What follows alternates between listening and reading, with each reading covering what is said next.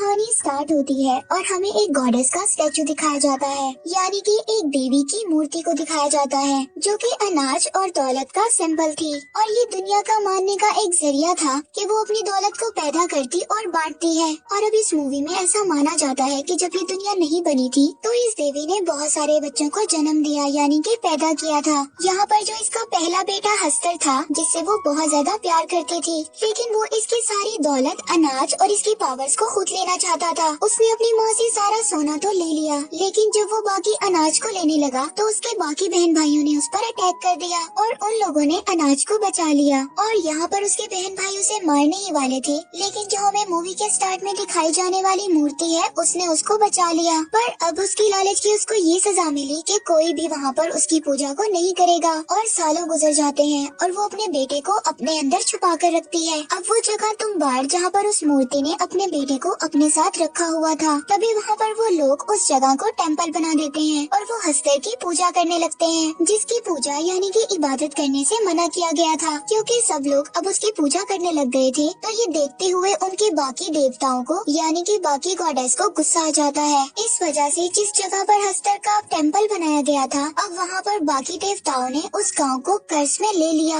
और अब इस वजह से उस गाँव में बहुत ज्यादा बारिश शुरू हो गई, जो कि कभी नहीं रुक रही थी। और अब काफी साल गुजर जाने के बाद हमें इस गांव तुम्बाड़ में एक औरत को दिखाया जाता है। अब वो औरत एक सरकार के बारे में आती है और यहाँ पर एक ही पंडित जिंदा था जिसका नाम था सरकार, इसीलिए इस जगह को सरकार का बाड़ा कहा जाता था। यहाँ पर आकर वो सरकार से गोल्ड का कॉइन मांगती है, लेकिन सरकार उसको जवाब देता है कि ये कॉइन ऐसे नहीं मिलता, इसके लिए कुछ न कुछ करना पड़ता है। इसके बाद सीन शिफ्ट होता है उस औरत के दोनों बेटों की तरफ। इसके बड़े बेटे का नाम विनायक राव और छोटे बेटे का नाम सदाशिव राव था। और यहाँ पर दोनों बेटे अपनी माँ का इंतजार कर रहे होते हैं, क्योंकि वो रोजाना उस सरकार के पास जाया करती थी और आज वो काफी ज्यादा लेट हो गई थी। और यहाँ पर इसके दोनों बेटे आपस में बात करते हैं कि दादी को खाना कौन देगा। बेसिकली इनके घर में एक बुढ़ी औरत रहती है जिसको ये सब लोग दादी कहते थे और उस दादी की एज बहुत ज्यादा थी और उनकी पूरी बॉडी बुरी तरह से खराब हो चुकी थी। इसके बाद उसके दोनों बेटे दरवाजा खोलकर घर के अंदर आ जाते हैं और थोड़ी ही देर बाद उनकी माँ भी आ जाती है। तभी उसका बेटा अपनी माँ से पूछता है कि क्या आपको गोल्ड का कॉइन मिला है। यहाँ पर सीन शिफ्ट होता है और उन सबको पता चलता है कि सरकार की डेथ हो गई है। वो लोग उस सरकार का फ्यूनरल करते हैं। इसके बाद वो औरत अपने बेटों से कहती है कि वो लोग यहाँ पर नहीं रहेंगे। तो आप सभी लोग जानते हैं कि ये कहानी हमें बहुत ही पुरानी दिखाई गई है। उस वक्त में गाड़ी या मोटरसाइकिल नहीं हुआ करते थे, तभी ये औरत अपने बेटों को दूसरे शहर जाने का कहती है। इसके बाद सीन शिफ्ट होता है और हमें दिखाया जाता है कि उसका एक बेटा दरख्त की टहनी पर बैठा हुआ था, तभी वो अचानक वहाँ से गिर जाता है और बहुत ज्यादा जख्मी हो जाता है। तभी उसका दूसरा भाई विनायक राव अपनी माँ को बुलाने के लिए जाता है और उसकी माँ उसको वैद्य के पास लेकर चली जाती है। तभी उसका बेटा विनायक राव से पूछता है कि अगर दादी को भूख लगे तो मैं उसको क्या कहूँ। तभी विनायक राव की माँ उसको कहती है कि उसको खाना दे देना और अगर इससे ज्यादा वो तंग करे तो उसको कह देना दादी सो जा वरना हस्तर आ जाएगा। और इसके बाद सेम ऐसे ही होता है और फिर अचानक से उसकी दादी उसको कहती है कि क्या तुम्हें खजाना चाहिए। तभी विनायक लालच में आकर उसके दरवाजे के पास चला जाता है कि शायद दादी खजाने का रास्ता बता दे। जब विनायक अंदर आता है तो दादी उसको कहती है कि सरकार के बाड़े में खजाना है। इससे पहले विनायक कुछ और पूछता दादी उस पर अटैक कर देती है और दादी उसको पकड़कर मारने लगती है और कहती है कि आज मैं तुम्हें खा जाऊंगी। और विनायक यहाँ पर उस नाम को याद करने की बहुत कोशिश करता है जो उसकी माँ उसको बता कर गई थी और दादी विनायक को खींचकर उसकी गर्दन काटने के लिए उसको अंदर ले जाती है।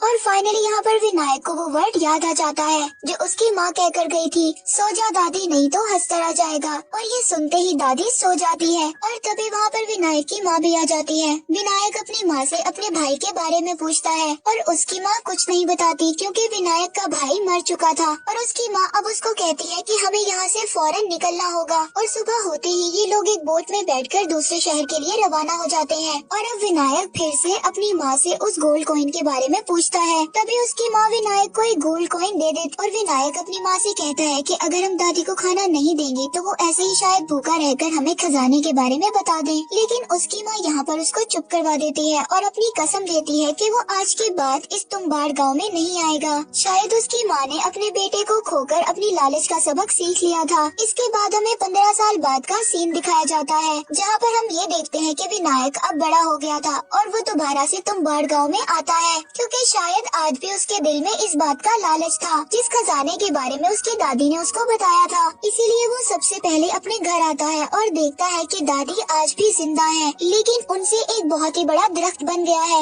और विनायक फिर से अपनी दादी से उस खजाने के बारे में पूछता है और वो कहता है कि दादी अगर आप मुझे खजाने के बारे में बता दे तो वो खजाना हम दोनों आपस में बांट लेंगे। उसकी दादी उसको कहती है कि अब मुझे कुछ भी नहीं चाहिए और अब मैं और ज्यादा जीना नहीं चाहती। तर अपनी दादी से डील करता है कि आप मुझे खजाने के बारे में बता दें और मैं आपको आपकी जान से आजाद कर दूंगा। तभी उसकी दादी उसको बताती है कि कई साल पहले की बात ही है कि मैं कुएं में उतरने में माहिर थी और अब फाइनली विनायक को पता चल जाता है कि खजाना कुएं में है। और अब वो उस जगह का भी पता लगा लेता है कि जिस जगह पर वो कुआं था, और वो उस कुएं में उतरने की प्रैक्टिस भी कर लेता है। लेकिन वहाँ से खजाना कैसे लाना है ये बात उसको अभी भी पता नहीं चलती। और फिर विनायक दोबारा दादी के पास आता है और दादी उसको सारा राज बता देती है। इसके बाद विनायक दादी समेत अपने घर को आग लगा देता है, क्योंकि उसने दादी से वादा किया था। और अब जब वो एक गोल्ड की कॉइन को लेकर अपने घर वापस आता है तो देखता है कि उसकी बीवी ने एक छोटा सा कारोबार शुरू किया है। वो अनाज पीस कर बेचती है और यहाँ पर विनायक अपनी बीवी को कहता है कि मैं तुम्हें रानी बना दूंगा। अब हमारे पास बहुत ज्यादा पैसे आने वाले हैं और हमारे यहाँ पर दिन बदल जाएंगे और हम बहुत ज्यादा अमीर होने वाले हैं। और फिर विनायक अगले दिन अपनी हालत को ठीक कर उस पंडित के पास आता है जिससे उसने कर्जा लिया था। वो उसको वो गोल्ड की कॉइन दिखाता है और उससे पूछता है कि ये कितने पैसे की है। और यहाँ पर विनायक अपना कर्ज वापस कर देता है जो उसने पंडित से लिया था। और अब विनायक इसी तरह कुछ दिन बाद तुम्बाड़ गाँव जाता और वहाँ से कुछ गोल्ड की कॉइन्स लेकर आ जाता और उनको शहर में आकर बेच देता था। इसी तरह वो दिन ब दिन अमीर होता जा रहा था और इसी तरह विनायक का घर भी बदल गया था और उसकी कंडीशन भी काफी अच्छी हो गई थी। और अब उस पंडित के दिल में भी लालच था जिसके पास से विनायक ने कुछ पैसे लिए थे। और अब वो पंडित विनायक के पास जाता है और उसको कहता है कि वो उसे अपने काम में हिस्सेदार बना ले। लेकिन विनायक उस पंडित की बात को नहीं मानता। अब उस पंडित के दिल में लालच था कि वो भी तुम्बाड़ गाँव जाकर गोल्ड की कॉइन्स को लेकर आए। तभी वो पंडित 2 दिन के लिए एक औरत को पैसे देता है कि वो विनायक के साथ रहे, तभी वो तुम्बाड़ गाँव जाकर उस खजाने का पता करेगा। लेकिन वो लड़की और ज्यादा पैसों की लालच में विनायक को सब कुछ बता देती है। इसके बाद सीन शिफ्ट होता है तुम्बाड़ गाँव की तरफ। वहाँ पर हम पंडित को देखते हैं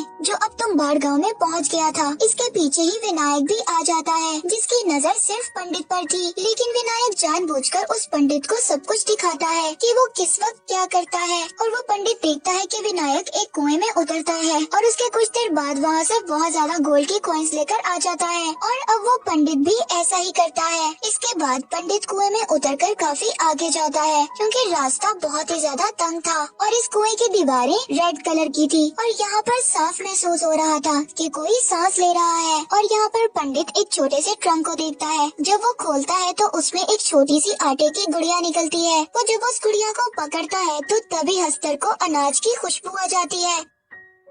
अब वो हंसकर उस गुड़िया के साथ ही पंडित को भी खा जाता है। इसके थोड़ी देर बाद ही वहाँ पर विनायक आ जाता है और वो देखता है कि पंडित का भी वही हाल था जो उसकी दादी का था। लेकिन पंडित ने कभी शायद विनायक की मदद की थी, इसीलिए वो उसकी मदद करता है और उसको उसकी जान से आजाद कर देता है, क्योंकि शायद वो बहुत ज्यादा दुख में था। बेसिकली यहाँ पर एक वरदान था, क्योंकि इंसान कभी भी हमेशा जिंदा नहीं रह सकता। लेकिन हस्तर का ये कर्ज था कि कोई भी जब उसकी जगह पर आएगा या वो उसको काट लेगा तो वो इंसान हमेशा के लिए जिंदा हो जाएगा। लेकिन हमेशा जिंदा रहने के साथ ही उस इंसान की बॉडी पूरी तरह से खराब हो जाएगी, जैसे कि हमें स्टार्ट में दादी की बॉडी को दिखाया गया था या फिर अब इस पंडित की बॉडी को दिखाया गया है। इसके बाद आगे कहानी शिफ्ट होती है कुछ साल बाद। हम यहाँ पर देखते हैं कि विनायक का एक बड़ा बेटा है जिसका एक पाँव खराब था और विनायक अपने ही घर में अपने बेटे को एक छोटा सा वर्क स्टेशन बना कर देता है जहाँ पर वो कुएं में नीचे उतरने की प्रैक्टिस करता है। और रोज रोजाना इस बात को नोट करता है कि उसने ये काम कितने सेकंड या कितने वक्त में पूरा किया। और अब यहाँ पर गवर्नमेंट ने उस गांव को अपने अंडर लेने का फैसला कर लिया था। और अब जब ये बात विनायक को पता चलती है तो वो बहुत ज्यादा परेशान हो जाता है कि अब वो कैसे वहाँ पर जाकर गोल्ड की कॉइन्स को लेकर आएगा, क्योंकि विनायक अब बूढ़ा होता जा रहा था। इसीलिए अब वो अपने बेटे को इस चीज की ट्रेनिंग देना स्टार्ट करता है। और अब विनायक अपने बेटे को लेकर तुम्बाड़ गाँव आ जाता है और उसको यहाँ पर लाकर आटे की गुड़िया बनाना भी सिखाता है और कहता है कि तुम आटे की गुड़िया में थोड़े से पत्थरों को भी शामिल कर देना, क्योंकि हस्तर खाते हुए काफी टाइम लगाएगा और चोरी करने में भी वक्त मिल जाएगा। अब विनायक और उसका बेटा जब कुएं के अंदर जाते हैं तो विनायक का बेटा अपने पास गलती से एक आटे की गुड़िया को रख लेता है, जिसे देखकर हस्तर वहाँ पर फौरन आ जाता है। इसके बाद विनायक और उसका बेटा ऊपर आ जाते हैं और विनायक अपने बेटे को डांटता है, लेकिन विनायक के बेटे ने वहाँ से एक गोल्ड की कॉइन्स को उठा लिया था। इसके बाद विनायक का बेटा कहता है कि हम हस्तर को एक ही गुड़िया देते हैं, अगर इसी तरह हम हस्तर को बहुत ज्यादा आटे की गुड़िया दें तो वो उनको खाने में बिजी हो जाएगा और हम बहुत सारा गोल्ड वहाँ से ला सकते हैं। और फिर अगले दिन विनायक और उसका बेटा अपने प्लान पर इम्प्लीमेंट करते हैं। इसके बाद विनायक और उसका बेटा बहुत ज्यादा आटा लेकर तुम्बाड़ गांव की तरफ चले जाते हैं और वो दोनों उस कुएं के बाहर बैठकर बहुत ज्यादा गुड़िया बनाते हैं। और अब वो जैसे ही कुएं में उतरते हैं वो ट्रंक के इर्द गिर्द आटे का घेरा बना देते हैं, जिसकी वजह से हस्तर उनके करीब नहीं आ सकेगा और वो बहुत सारी गुड़िया को वहाँ पर फेंक देते हैं। और वो जैसे ही इन गुड़िया को फेंकते हैं तो जितनी ज्यादा गुड़िया होती है वहाँ पर उतने ज्यादा हस्तर आ जाते हैं,